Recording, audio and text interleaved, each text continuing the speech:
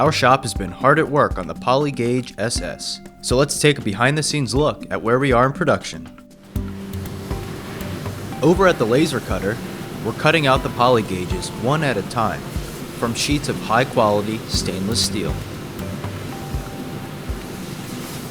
Next, the burrs and rough edges from the laser cut are removed. Then the parts are flattened and inspected by hand.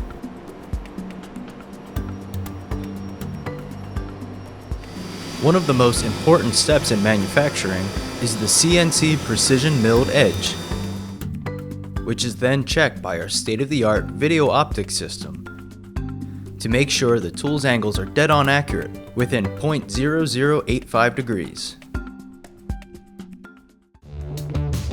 We're continuing to work on the PolyGauge SS and are getting closer to the final stages of production.